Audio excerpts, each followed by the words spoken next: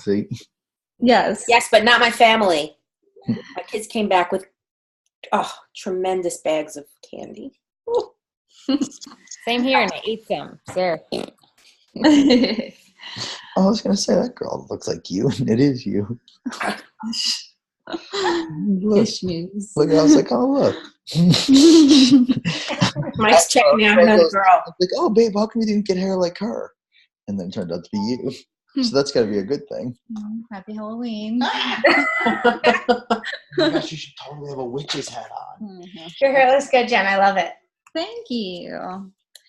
All right, so we are going to talk about our work plan, having a Beachbody work plan. And it's kind of like, so this would be good info, like for you to disseminate to like new coaches, but also like a good thing, like if you're just kind of wanting to hit the reset button yourself with just wanting to kind of clear your mind, get a focus, get a plan in place.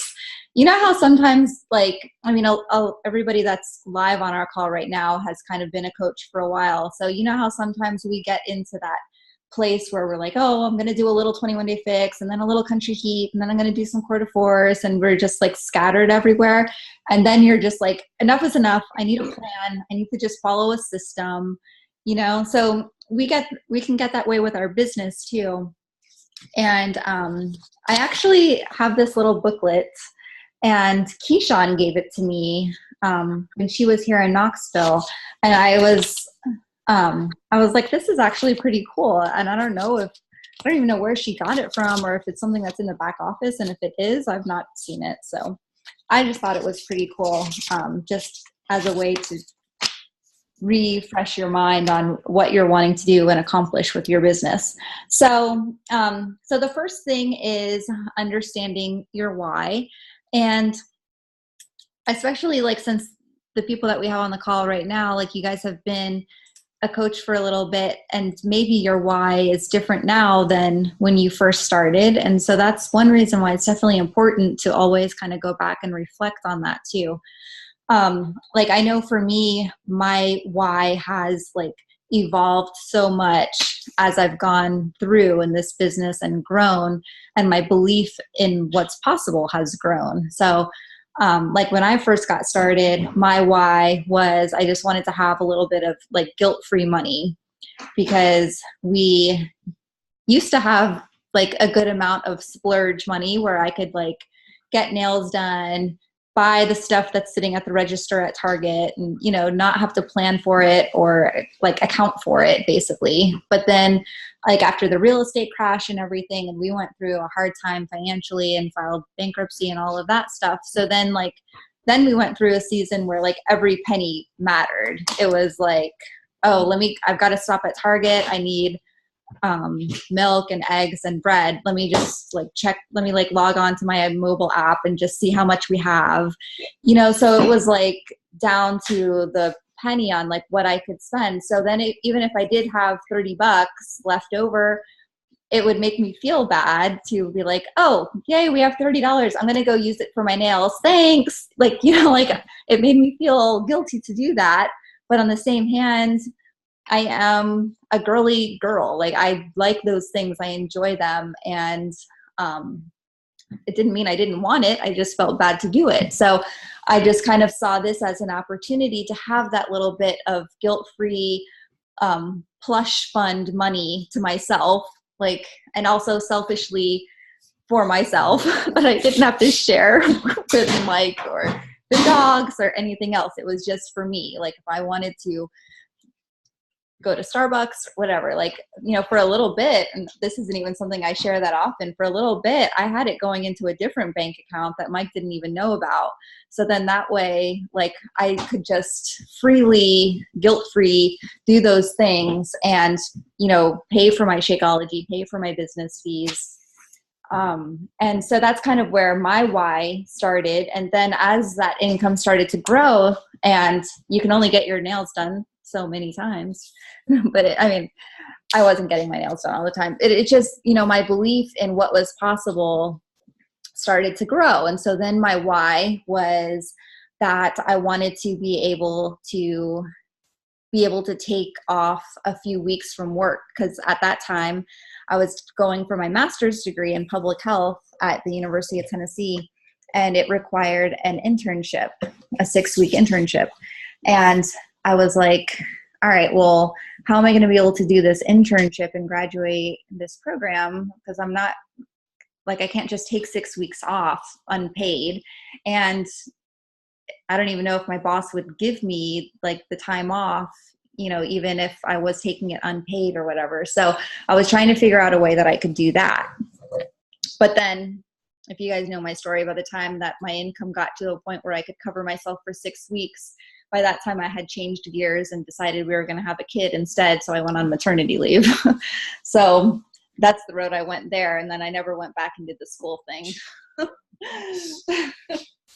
But, you know, so, but the thing is that like my why just kept on evolving as my belief in what's possible was evolving too. And not just my own belief in what I personally was capable of and what Beachbody was capable of, but just seeing other success stories starting to happen, you know, seeing Scotty pay off his house in full.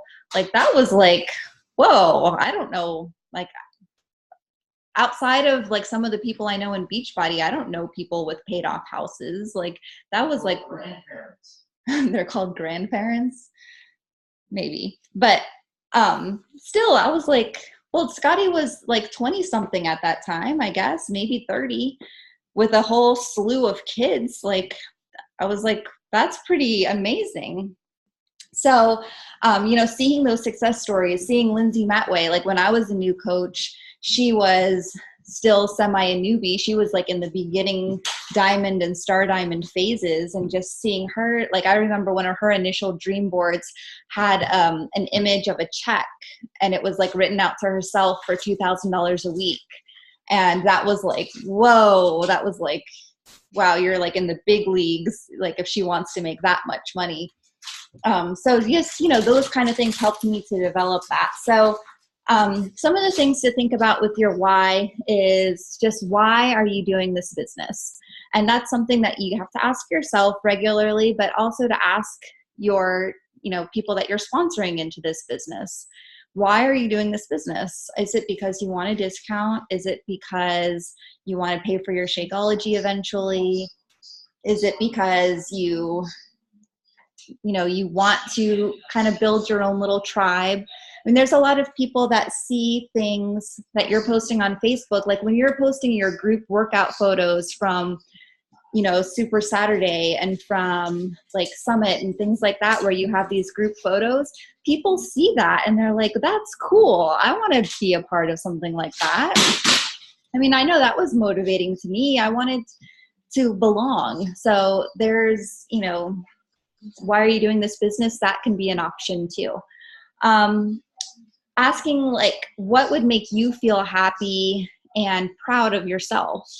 And that's a really, really insightful question to ask your, you know, the people that you're sponsoring too. And it's actually a great question to ask your challengers. Just what's going to make you feel happy? Is it actually sponsoring people, or is it having people being interested to know what you're doing? Is it like having your mom want to try Shakeology? Like, what is it that's going to like make you feel proud? Like, hey, I inspired that person. I got my husband to, you know, pick up a workout for the first time. Like finding out those things, because a lot of Beachbody's metrics for success may not be your metrics, it may not be your personally sponsored coach's metrics too. You have to find those other things to celebrate. And asking about the money, like sometimes I've seen this business go through so many waves of talking about money and not talking about money. And so it's like, I don't know if just the world kind of goes through fads or trends where sometimes it's icky to talk about the money, and then sometimes it's inspiring to talk about the money. And it just depends like what vibe your audience has that day, because I know that I've gotten both. I've gotten people that have messaged me and said like, oh, I saw your post that, you know, that you were able to leave your job, or that you paid off your credit card, or whatever it was, something financial related. And they're like, that was so inspiring. I hope to be able to do that one day, blah, blah, blah. But then I've also had people say, why do you post about your income? I'm an accountant and I don't share what my W-2 was this year. So true. However, there's like, my response to that though is like, I know when I was like leaving, like when I was getting ready to graduate high school and like in my beginning of college, I researched careers based on what the income potential was. Like that's what I did. I was like, all right, well, I want to be kind of in this range. I'm willing to make this kind of an education commitment if it's going to give me the outcome of this job. So while maybe an accountant doesn't post about what their income is, like the Department of Labor does. So like there's other things where that information is available. So it's just, I guess maybe just the difference is that since we're like social media and network, you guys saw my call last week on my silly little thing about network and working your net or whatever I said, like we are sharing this to our network. So that's why we do have to share about it. And I personally was inspired by the money, like seeing people post about it, seeing that potential and that opportunity. So it like lit that fire under my butt to like do it because I saw that it was possible. So when you stop sharing that it's possible because you don't want to be icky or whatever, then the person that needs to know that it's there isn't going to see it. So that's just kind of something to keep in mind, that they're not usually going to be your most popular post, but the person that needs to see it is going to see it when they're supposed to see it. And like there are never any of my posts that get the most likes and get the most comments. Hey, what are you doing? How do I sign up? How do I do what you're doing? Like it doesn't really turn into that. It's usually one of those things where 3 months down the road when they sign up, they say, you know what? I saw your post about, taking Mikey on the cruise. And that's something I've always wanted to do. I've never taken my kids on vacation. Like it always is something that comes up way afterwards that I posted that nobody commented on, that I thought everyone hated that post, So that's just something to keep in mind, because I know sometimes we can be so hard on ourselves. Like if a post goes flat and we're just like, oh, that post sucked. Well, maybe it didn't get a lot of likes, but still the person that needed to see it saw it. And that's just something to kind of keep in the back of your head. All right. So that was pretty much what I wanted to say about having a why and just kind of like re-evaluating that regularly, and taking it to the level of your challengers and your personally sponsored too. The next thing is having a vision board. And that's something that we used to do back in the day with our team. We used to there was like this Oprah website where you would put together, and now there's just apps and stuff that make it a lot easier, Canva and things like that. But I think I actually just recently shared mine from one of my original ones, and it was when I was still working, and it was a vision. It was kind of based off of a vision board, but I called it my why board. And it had some goals on there. Like I wanted to be able to travel to Florida regularly to visit my nieces. And this was before Mikey was in the picture. I wanted to like pay off our car loan or something like that. But one of the things that stands out the most to me is there was a picture of my chair at my office, which had like on the arms of the chair had like exposed foam. And it used to bother me so much. It's like I worked in an attorney's office, for those of you guys that don't know. I was a paralegal and I worked in an attorney's office, and these people, like I saw their billing. I know how much they're making. I mean, I don't know. I know how much they're billing. I don't know what they're actually profiting, but I was just like, you guys sit in your office all big and bad and you're going to make us sit in these crappy chairs. Like, can you not spend $100 to get us a decent chair? So annoyed me. And like some of the girls actually took like duct tape and put it around the arms of the chair. But then they would get like the little stickies on like their sweater and stuff because it would get worn out. And I'm like, I'm not going to put tape on my chair. So it was just one of those things. It maybe wasn't a big deal to everybody, but to me it was a big deal, and it just irked me. And for you guys that know me well, there's not a lot of stuff that irks me. So anyways, on my whiteboard was that picture of the stupid chair. And I said, I will never again work for somebody that thinks this is okay. And it's kind of funny because shortly after that, we did, that law firm did a renovation on the inside of the building, and they got new desks and stuff like that. And so only the people that had exposed foam got new chairs. So like there's other people that didn't get a new chair because their foam wasn't exposed. So it's like they still left some people with old, outdated chairs because their foam wasn't exposed. But mine was exposed, so I got a new chair eventually. But still, I don't know. So anyways, having a vision board. That's just a great way of having a visual thing in front of you, on a regular basis. And I meant to post, I'm going to have to post this YouTube video in the group because I just listened to a really good one from Simon Sinek where he was talking about how we, like as humans, like we have to see the goals. That's kind of why, like at corporations and stuff, they'll have like their vision, their mission statement and stuff. They'll have that posted in the employee like break rooms, and they have it like as decorative word art, like in the hallways. And this is what we stand for. This is what's important to us. And they have those things. And it's because it's a constant reminder to the employees who see it as they're walking by every day. And so like having a vision board to where you're seeing those visual things just gives you that constant reminder, like this is what I'm working for. I don't feel like doing this today, but I do feel like being on the beach that I just saw on my vision board. So it just kind of gives you that thing to just give you that fuel to keep going. So like maybe it doesn't always have to be things that are like material things either.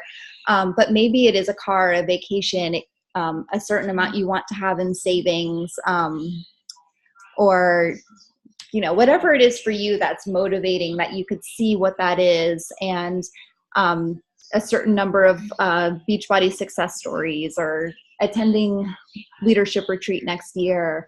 I know one of the goals that I've made regularly is like how many coaches I'm going to have at Summit. And I actually, on one of my old ones, I had like a picture of me and then 5 mystery heads of like, it's going to be like this year it was just me, but next year it's going to be me plus these 5 mystery blobs. And now they're real people with real names like Sarah and Phyllis and Tanya. But, it started off that just like, all right, it's me and these people. And that was something that I constantly thought of. And that also kind of goes into the law of attraction too, of just putting out to the universe of, what you are envisioning and what you want. Yes, you guys were mystery blobs at one time. So that's the vision board. And also like taking it to a challenger level, that's also a great thing to do with them. And I have people take a picture or find a picture of like a goal outfit that they want, or like maybe something that they used to fit into that they don't anymore. And, I have them take a picture of that.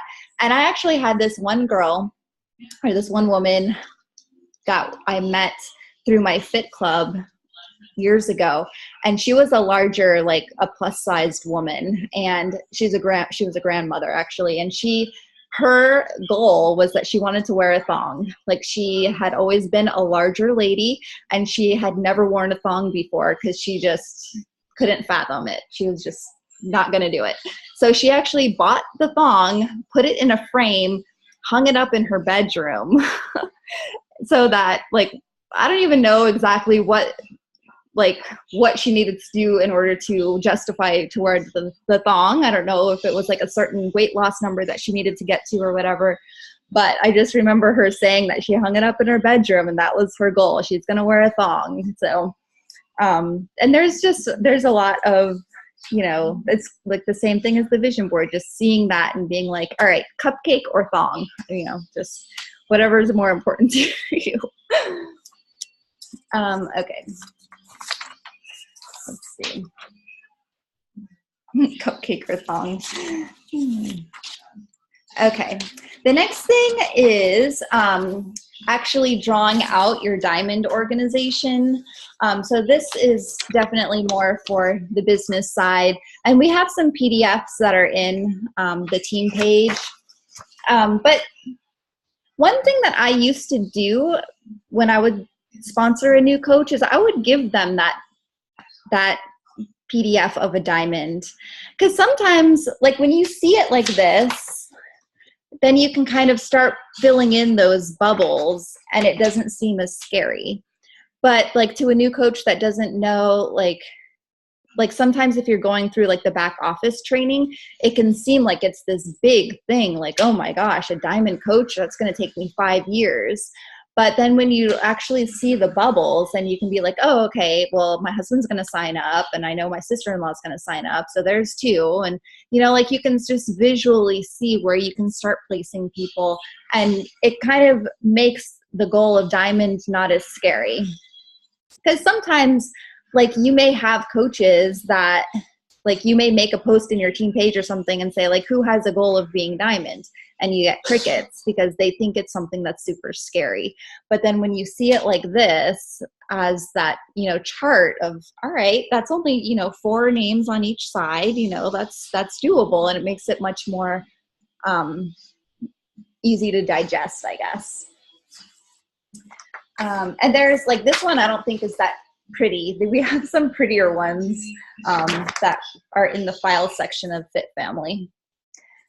Okay, so then the 5th thing for establishing your work plan, which is really great, as we're getting towards the end of the year, just crazy to even think about, is setting annual goals. So thinking of things of like how many coaches you want to sponsor in a full year, how much do you want to make in your first full year? So you can either think of it as like calendar months, like maybe you started in July. So how much do you want to make from July to June of next year? Or you can think of it as like, how much do I want to make in 2018?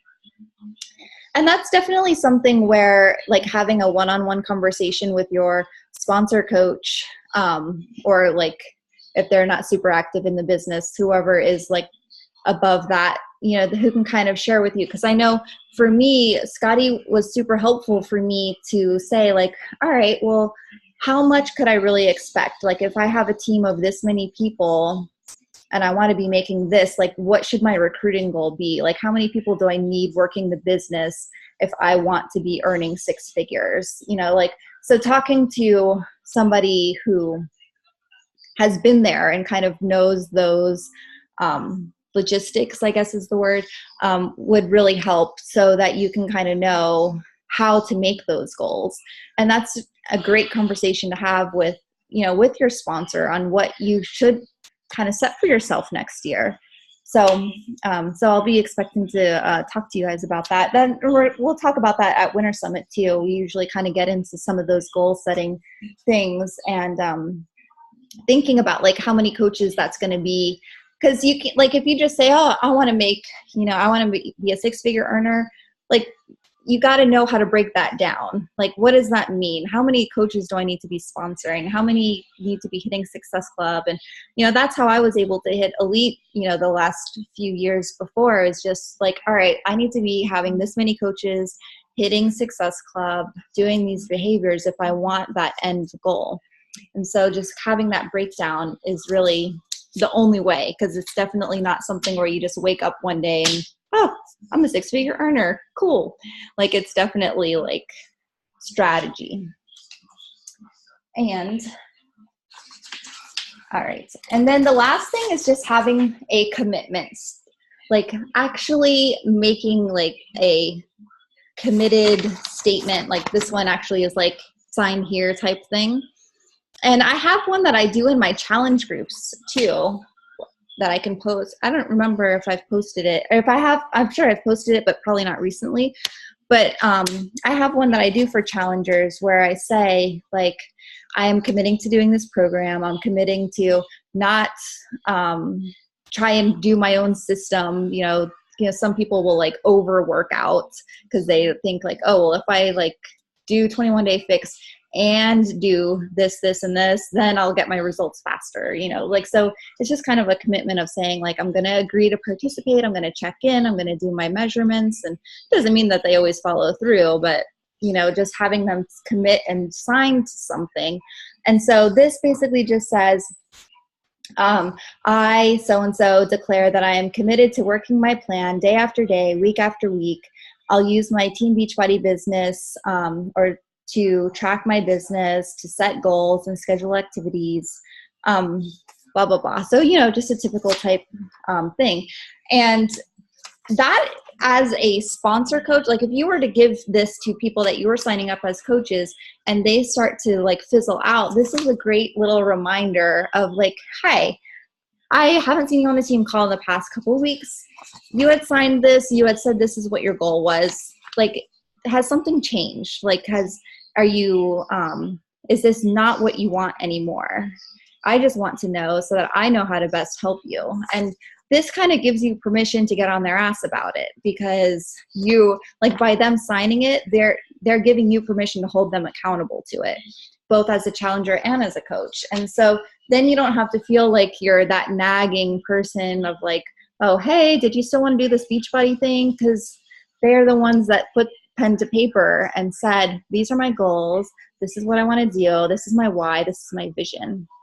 So that's the work plan. And those are just some things to just kind of guide you and help you to kind of get your plan in place, and to help you get your coaches to have a plan in place. Because, you can't ask people to do something that you're not willing to do yourself.